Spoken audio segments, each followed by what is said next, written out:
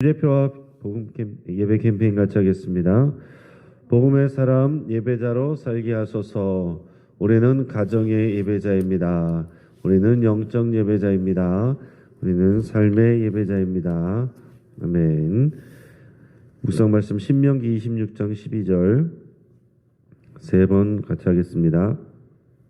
셋째 해 곧 11조를 드리는 해에 내 모든 소산의 11조 내기를 마친 후에 그것을 레위인과 객과 고아와 과부에게 주어 내 성읍 안에서 먹고 배부르게 하라.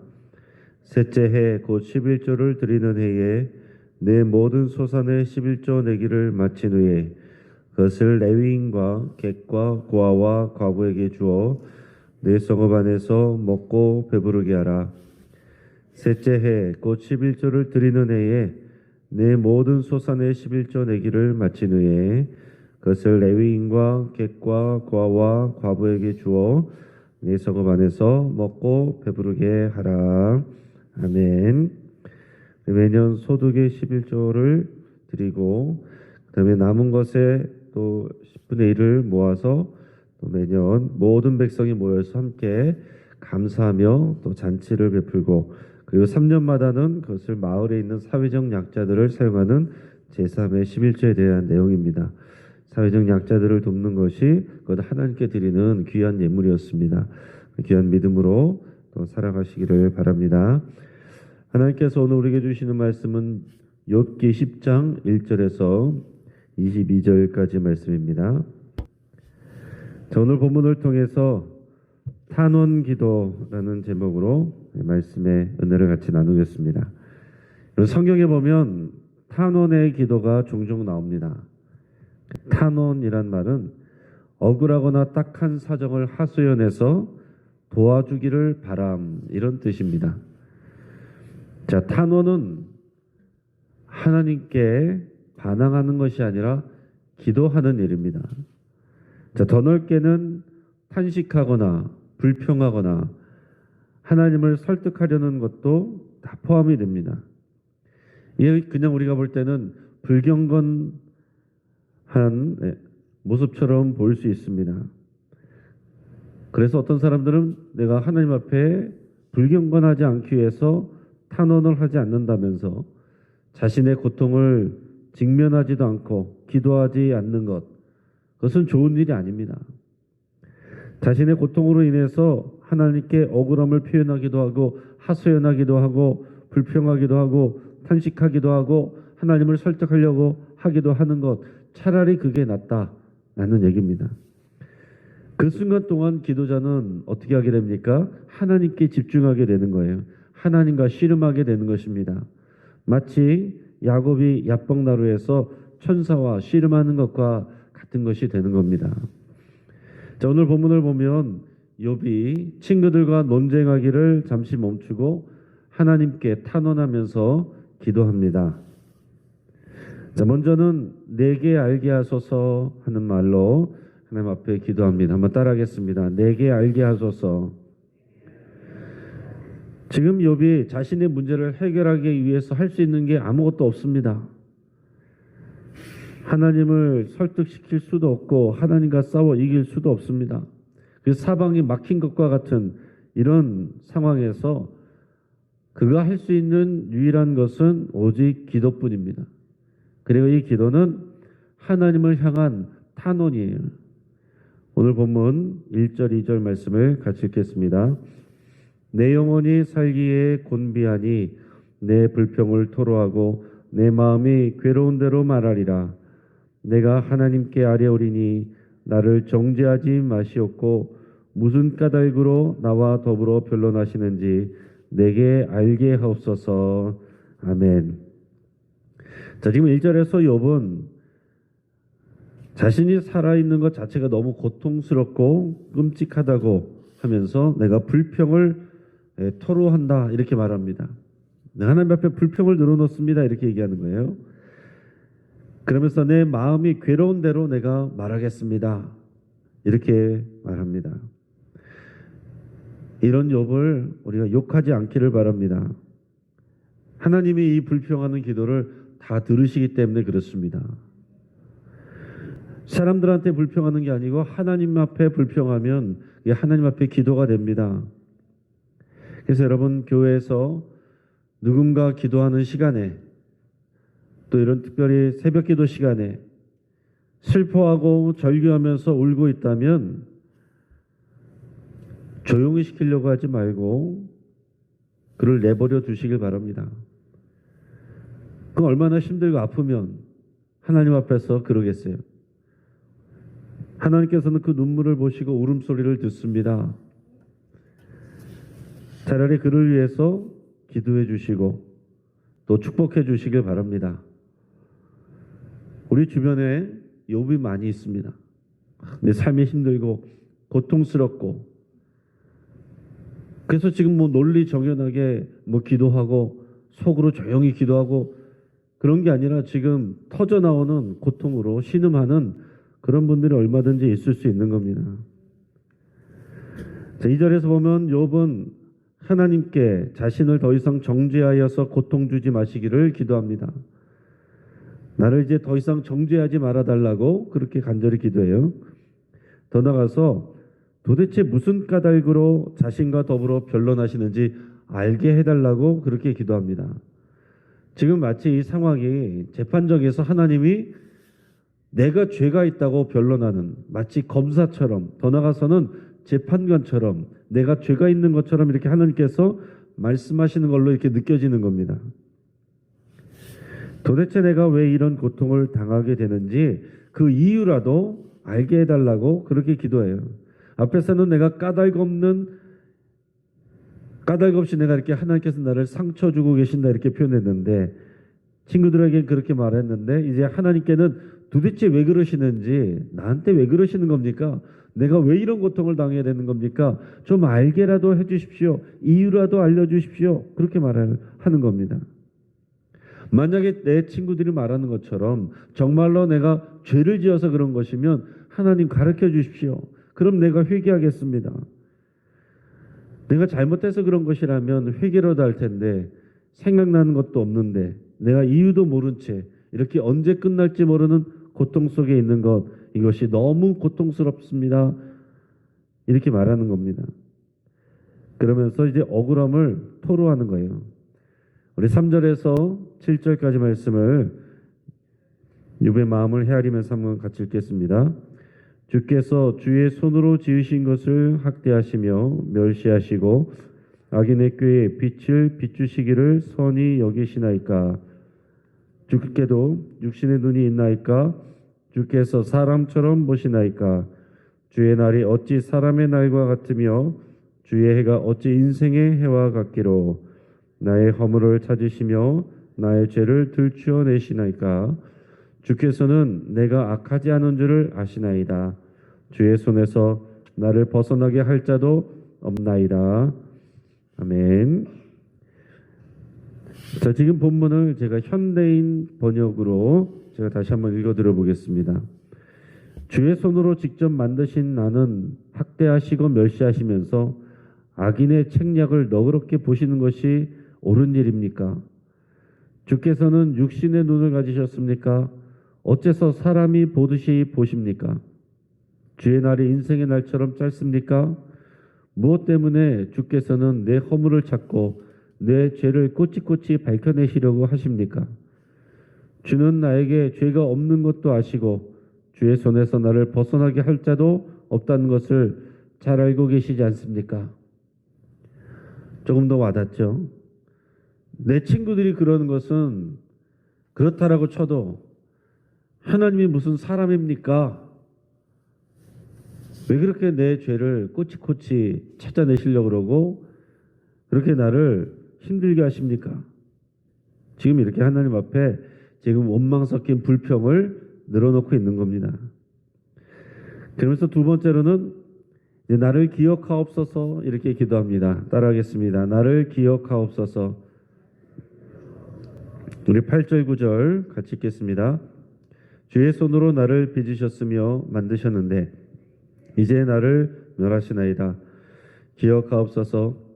주께서 내 몸 지으시기를 흙을 뭉치듯 하셨거늘 다시 나를 티끌로 돌려보내려 하시나이까? 아멘. 자, 지금 욥은 하나님을 설득하려고 합니다. 자, 하나님은 창조주이신데 하나님 나도 피조물입니다. 하나님이 나도 지으셨습니다. 그거를 말하고 있어요. 하나님이 나를 지으셨다는 것을 기억해 주십시오. 이렇게 하면서 하나님을 설득하려고 하는 그런 말이에요. 자, 성경에 보면 성경 인물들이 하나님 앞에 기도하면서 하나님을 설득하려는 그런 말을 하는 것을 종종 봅니다. 자, 예를 들어서 아브라함을 보면 창세기 18장 25절에서 이렇게 기도했습니다. 주께서 이같이 하사 의인을 악인과 같이 함께 죽이심은 부당하오며 의인과 악인을 같이 하심도 부당하니이다. 세상을 심판하시는 이가 정의를 행하실 것이 아니니까. 자, 이게 무슨 말이냐면, 자, 이 소돔과 고모라 땅에 자신의 조카 롯이 살고 있는데 천사들이 나타나서 말씀하시기를 저 도시가 죄악에 관영하여서 저기를 지금 멸망시키겠다. 이제 그런 말씀을 하신 거예요. 그러니까 이제 지금 우리가 읽었던, 제가 말씀드렸던 이 기도를 천사에게 말하는 것입니다. 천사를 설득하려고 하는 말이 이제 기도죠. 그러면서 이것이 뭐라고 말합니까? 저 안에는 악인들이 가득하겠지만은 의인들이 있을 수 있지 않습니까? 근데 어떻게 하나님께서 의인과 악인을 한꺼번에 벌할 수 있습니까? 이것은 정의가 아니지 않습니까? 이렇게 설득하는 거예요. 자, 이것은 규범적 지혜죠. 하나님께서 선한 사람은 구원하시고 복 주시고 악한 사람은 벌 주시는 게 이게 규범적 지혜인데 그게 하나님의 정의여야 되는데 어떻게 악인과 의인을 다 같이 멸하려고 하십니까? 이렇게 얘기하는 거죠. 그래도 아브라함은 최소한 몇십 명은 그 안에 의인이 있을 줄 알았어요. 근데 이렇게 계속 얘기하다가 그래서 이 천사가 얘기하기를 그래 최소한 의인이 10명이라도 있으면 내가 재앙을 내리지 않겠다. 결국 그 의인 10명이 없어서 소돔과 고모라 땅이 벌을 받게 되죠. 자, 그렇게 하나님 앞에서 기도할 때 하나님을 설득하면서 이렇게 기도하는 것, 이게 탄원의 기도의 또 하나의 모습입니다. 또 심지어 요나 선지자 같은 사람은 하나님께 화를 내기도 했습니다. 자, 하나님께서 요나를 물고기 뱃속에 집어넣었다 빼시기까지 하면서 그 아수르 제국의 수도인 니느웨에 가서 니느웨 사람들에게 하나님의 심판을 선포하라고 그랬고 요나는 이게 싫어서 도망가다가 잡혀왔던 거 아닙니까? 그래도 억지로 그렇게 했는데 하나님의 심판할 겁니다. 그랬는데 이상하게 니느웨 사람들이 회개를 하는 거예요. 그래서 하나님께서 재앙을 내리시지 않겠다 이렇게 하시니까 요나가 화가 나버렸습니다. 그러면서 요나서 4장 1절에서 4절까지 말씀을 제가 한번 읽어드리겠습니다. 요나가 매우 싫어하고 성내며 여호와께 기도하여 이르되 여호와여 내가 고국에 있을 때에 이러하겠다고 말씀하지 아니하였나이까. 그러므로 내가 빨리 다시스로 도망하였사오니 주께서는 은혜로우시며 자비로우시며 노하기를 더디하시며 인애가 크시사 뜻을 돌이켜 재앙을 내리지 아니하시는 하나님이신 줄을 내가 알았음이니이다. 여호와여 원하건대 이제 내 생명을 거두어 가소서. 사는 것보다 죽는 것이 내게 나음이니이다 하니 여호와께서 이르시되 네가 성내는 것이 옳으냐 하시니라. 참 이게 좀 재밌죠. 하나님 앞에서 요나 선지자가 화를 냈는데 하나님께서 또 이것에 대해서 네가 지금 성내는 것이 옳으냐 뭐 이렇게 주고받는 그런 내용들이 나옵니다. 여기서 보면 요나가 하나님께 뭐라고 말했냐면 주께서는 은혜로우시며 자비로우시며 노하기를 더디하시며 인애가 크시사 뜻을 돌이켜 재앙을 내리지 아니하시는 하나님이신 줄을 내가 알았음이니이다. 은혜로운 말인 것 같죠. 하나님께 따져 묻는 얘기입니다. 자, 이것도 규범적 지혜에서 보면 선한 사람한테 그러는 것은 좋은 말이지만 악인들에게, 저 사람들은 악인들인데, 우리 백성을 그렇게 괴롭히는 나쁜 사람들인데, 잔악한 사람들인데 악인을 벌 주셔야죠. 하나님은 악인을 벌 주셔야 정의로운 하나님이신데 악인들을 벌 주시지 아니하면 어떻게 합니까? 그러면서 하나님이 은혜롭고 자비롭고 노하기를 더디하시고 재앙을, 인애가 크셔서 뜻을 돌이켜 재앙을 내리시지 않는 하나님이시군요 라고 말하는 것은 비꼬는 내용이에요. 하나님 앞에 지금 화를 내는 겁니다. 그래서 나중에 보면 하나님께서 또 박농쿨을 뜨거운 햇빛 아래에 있는, 그늘 아래에 있던 요나 위에 박농쿨을 제거하시고 또 불평하는 그에게, 네가 이 박농쿨 하나도 아끼면서 저 성읍 안에는 좌우를 분별치 못하는 사람들이 있다. 내가 저들을 아끼지 않는 것이 마땅치 아니하냐, 이렇게 하나님이 변론하시는 것을 요나사를 통해서 보게 됩니다. 자, 이런 장면들, 하나님 앞에서 하나님을 설득하려고 하기도 하고 하나님 앞에서 때로는 원망하기도 하는 이런 내용들이 성경에 종종 나온다 하는 내용입니다. 그러나 그 자체가 기도예요. 그렇게 하면서 하나님께서 생각을 바꿔주십니다. 여러분, 이런 일들이 우리에게 있어야 돼요. 내 생각은 전혀 바꾸지 않고 내가 원하는 것들만 쏟아내는 것, 이거를 기도라고 생각하는 그런 성도님들이 꽤 많이 있습니다. 그러나 하나님 앞에 묻고 또 내 의견도 말하지만, 그러나 하나님의 음성을 듣고 내 기도가 바뀌어야 돼요. 생각이 바뀌어야 됩니다. 그래야 이 기도를 통해서 우리가 성숙해져 가고 하나님의 뜻을 이뤄가게 되는 겁니다. 마지막으로는 이제 체념하면서 이렇게 기도합니다. 내버려 두소서. 한번 따라하겠습니다. 내버려 두소서. 자, 20절, 21절 우리가 읽겠습니다. 내 날은 적지 아니하나이까 그런즉 그치시고 나를 버려두사 잠시나마 평안하게 하시되 내가 돌아오지 못할 땅 곧 어둡고 죽음의 그늘진 땅으로 가기 전에 그리하옵소서. 아멘.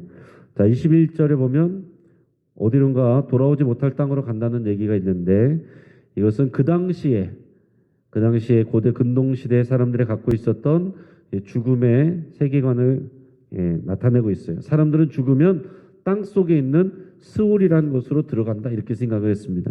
그래서 땅 속에 있는 스올로 들어가면 거기는 악인도 없고 의인도 없고 어떤 판단도 없는 그런 어둠의 그런 세상, 그런 것이 스올이라고 생각을 했습니다. 자, 그래서 그곳에 들어가면 모든 것이 없어지는데, 내가 죽어서 그 스올로, 땅 속으로 들어가기 전에 내가 이 땅에 있을 때 이제 이 고통 속에서 있는 나를 하나님 제발 좀 내버려 두십시오. 죽을 날이 얼마 남지 않은 것 같은데 그때까지만이라도 이 고통 주시는 것을 그치시고 날 좀 내버려 두십시오. 이렇게 기도하는 거예요. 주님 말씀을 정리합니다.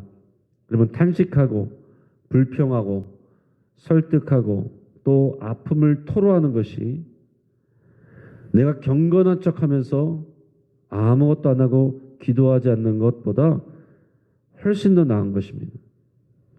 내가 하나님 앞에서 내 마음을 토로하는 것은 하나님께 집중하는 거예요. 그런데 나는 어떻게 하나님께 그래? 그러면서 아무것도 안 하는 사람은 하나님을 무시하는 일입니다.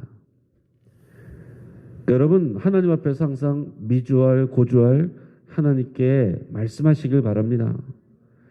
내가 바라고 원하는 것만 말씀을 드리는 게 아니에요. 기뻤던 일도 말씀드리고 내 느낌도 말씀드리고 누구에게 고마웠던 일도 말씀드리고 하나님이 얼마나 좋은 분인지도 말씀드리고, 그게 기도예요.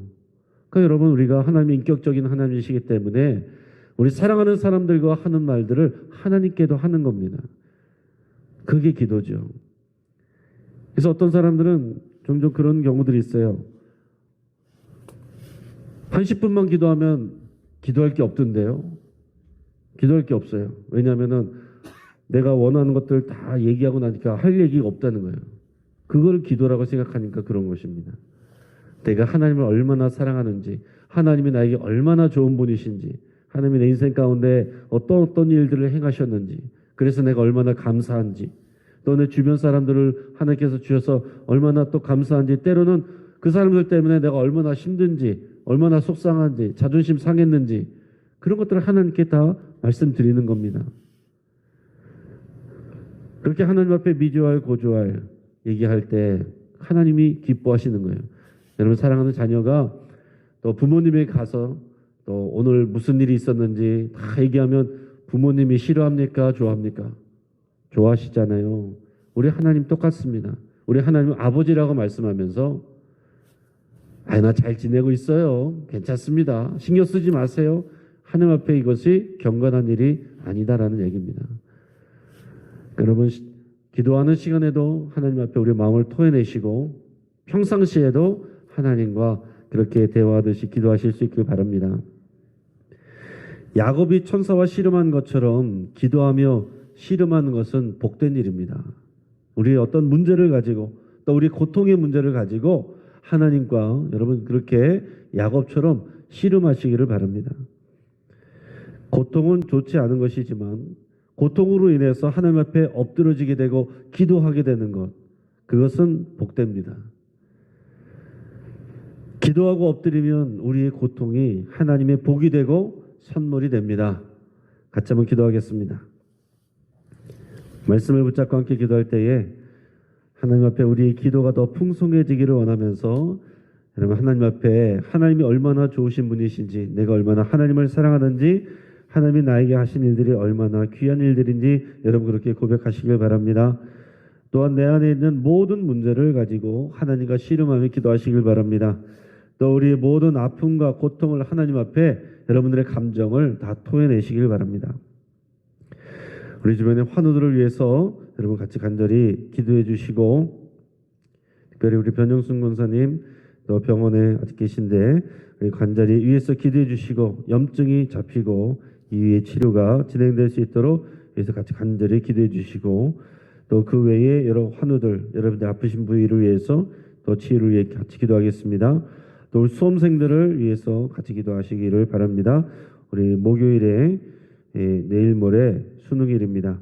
하나님께서 은혜 주시고 저들의 가는 길을 지켜주시기 위해서 같이 기도해 주시고, 또 오는 금요일부터 주일까지 금요일, 토요일 오후 8시 그리고 주일 오전 오후 예배 김은영 장신대 총장님 와서 말씀의 은혜를 같이 나누게 되는데, 하나님께서 은혜 부어주시고 우리 모든 성도님들이 간절한 마음으로 사모하는 마음으로 나올 수 있도록 위해서 함께 같이 기도하겠습니다. 우리가 주여 한번 부르짖고 합시면서 함께 기도합니다. 주여